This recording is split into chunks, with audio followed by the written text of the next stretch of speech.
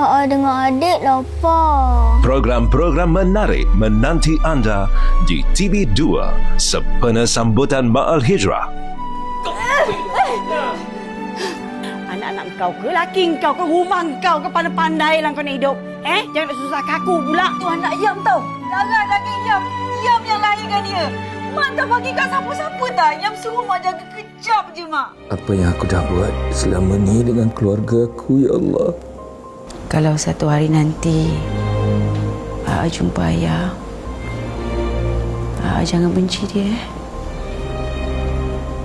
Sejak akhir ni, makcik rasa rindu sangat dengan anak bongsu makcik. Mungkin semua anak makcik pun rindukan makcik.